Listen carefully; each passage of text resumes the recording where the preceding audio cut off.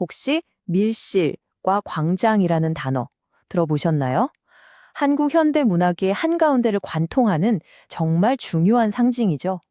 바로 개인의 자유와 공동체의 평등이라는 우리 모두가 평생 안고 가는 딜레마를 담고 있거든요. 자, 오늘 이 오래된 질문 속으로 한번 같이 들어가 보시죠. 이게 바로 최인훈 작가의 소설 광장의 마지막 장면입니다.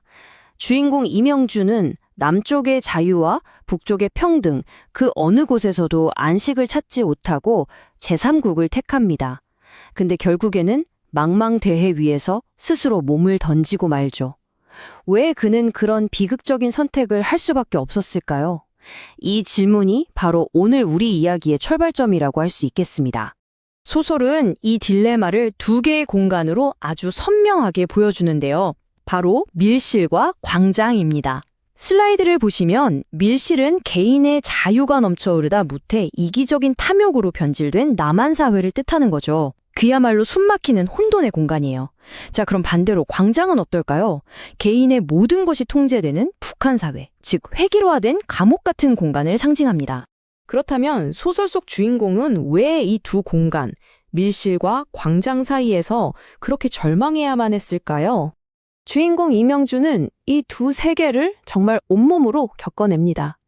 남한에서는요, 이 끝없는 자유가 낳은 이기심, 그 탐욕에 완전히 환멸을 느껴요. 그래서 이상을 품고 북으로 향하죠. 근데 그곳에서 그를 기다리고 있던 건 개인은 온데간데 없고 구호만 남은 그런 획일적인 평등이었습니다. 결국 그는 양쪽 모두에서 기댈 곳을 찾지 못하고 절망에 빠지고 맙니다. 결국 이명준의 비극은 소설 밖 우리에게까지 이어지는 질문을 던지는 셈이죠. 개인의 자유와 공동체의 평등, 이 둘은 정말 함께 갈 수는 없는 걸까요? 꼭 한쪽을 선택하면 다른 한쪽은 포기해야 하는, 뭐랄까, 그런 제로섬 게임 같은 걸까요? 밀실도 광장도 둘 다 정답이 아니라고 한다면 대체 이 딜레마는 왜 생기는 걸까요? 그 근본적인 원인을 한번 파헤쳐 보겠습니다. 여기에 대해서 말이죠. 이 분석의 바탕이 된 원전은 아주 단호하게 선을 그어요. 현실 세계에서는 그 조화가 불가능하다. 이렇게요. 왜냐? 이건 뭐 제도의 문제가 아니라 바로 우리 자신, 이 결함 있는 인간 본성 때문이라는 겁니다. 이 슬라이드가 그 진단을 아주 잘 보여주는데요. 정말 흥미롭습니다. 인간에게 무한한 자유, 그러니까 밀실을 딱 주면 어떻게 될까요? 결국엔 각자 자기 생존, 자기 이익만 쫓다가 서로를 물어뜯는 정글이 되어버리는 거죠. 그럼 반대로 완벽한 평등, 광장을 강요하면요?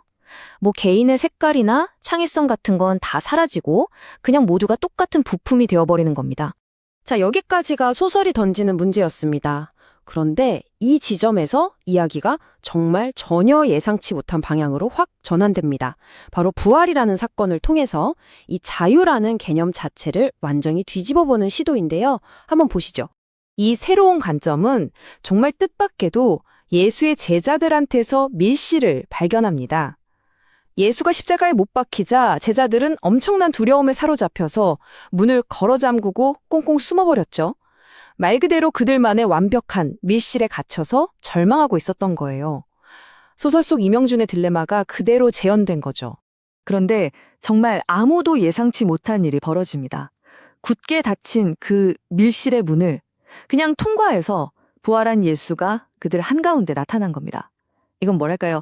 인간적인 두려움과 절망으로 꽉 닫힌 현실 속으로 전혀 다른 차원의 가능성이 비집고 들어온 아주 상징적인 사건이죠.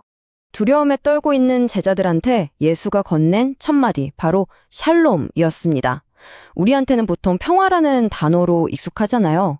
근데 성경에서 말하는 샬롬은요, 그냥 마음이 고요하고 평온한 상태, 그런 걸 의미하는 게 아니에요. 훨씬 더 크고 깊은 개념인데, 모든 것이 제자리를 딱 찾아서 원래 만들어진 목적대로 온전히 기능하고 또 깨졌던 모든 관계가 회복된 그 완전한 상태, 그걸 바로 샬롬이라고 하는 겁니다. 자, 그럼 어떻게 그 샬롬이 반응해질까요? 바로 이 자유라는 개념을 완전히 뒤집어 버리는 데서 시작합니다. 이 슬라이드를 보시면 그 차이가 정말 극명하게 드러나죠? 보세요. 세상이 말하는 자유는 철저히 나를 위한 자유예요. 나를 지키고 내 이익을 극대화하기 위해서 쓰이는 거죠. 하지만 부활한 예수가 가져온 이 새로운 자유는 완전히 정반대입니다. 이건 타인을 섬기기 위한 자유, 다시 말해 나를 내어주기 위한 자유라는 겁니다. 이 정말 혁명적인 자유의 개념은 성경 갈라디아서에 아주 명확하게 나와 있습니다. 여러분이 부르심을 받은 것은 자유를 누리기 위함입니다. 그러나 그 자유를 육체의 욕망을 만족시키는 구실로 삼지 말고 사랑으로 서로 섬기십시오. 이거 정말 놀랍지 않나요? 자유의 목적이 나를 위한 게 아니라 오히려 사랑으로 서로에게 종이 되는 거라고 그렇게 선언하고 있는 거예요. 타인을 섬기기 위한 자유라. 이게 참 이상적으로 들리죠. 그렇다면 이 새로운 자유가 현실에서 만들어내는 공동체는 과연 어떤 모습일까요? 그 궁극의 샬롬이 뭔지 한번 들여다보겠습니다. 바로 이 지점에서 모든 퍼즐이 딱 맞춰집니다. 개인이 가진 그 절대적인 자유, 즉 밀실이요. 이기심을 위해서가 아니라 타인을 섬기는데, 즉 광장을 위해 사용될 때, 바로 그때 이 둘은 더 이상 싸우지 않고 완벽하게 하나가 된다는 겁니다. 그리고 이 분석은 그 꿈 같은 이야기가 실제로 구현된 사례로 초대교회의 모습을 보여줍니다. 사도행전을 보면요, 부활을 경험한 사람들의 공동체에는 가난한 사람이 단 한 명도 없었다고 기록되어 있어요. 아니, 어떻게 그게 가능했을까요? 부유한 사람들이 자발적으로 자기 땅이랑 집을 팔아서 그 돈을 필요한 사람들한테 나눠주었기 때문입니다. 각자의 밀실이 기꺼이 광장을 위해 열렸던 정말 놀라운 순간이었던 거죠. 바로 이게 이 분석이 그려내는 궁극적인 샬롬의 모습인 겁니다. 완벽한 자유가 완벽한 평등을 만들어내고 그 평등이 다시 개인의 자유를 지켜주는 사회. 더 이상 숨을 필요도 없고 감출 필요도 없이 각자의 밀실이 자발적으로 활짝 열려서 하나의 투명한 광장이 되는 그런 공동체. 와, 상상만 해도 정말 가슴이 벅차오르지 않나요?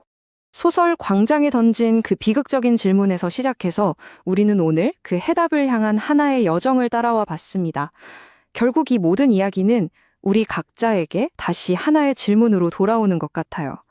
여러분, 만약 자유의 진짜 목적이 나만의 밀실을 더 높고 단단하게 쌓아 올리는 게 아니라 우리가 발딛고 함께 서 있는 이 광장을 위해서 기꺼이 나를 내어주는 것이라면 과연 어떨까요? 우리의 세상은, 그리고 내 자신은 어떻게 달라지게 될까요?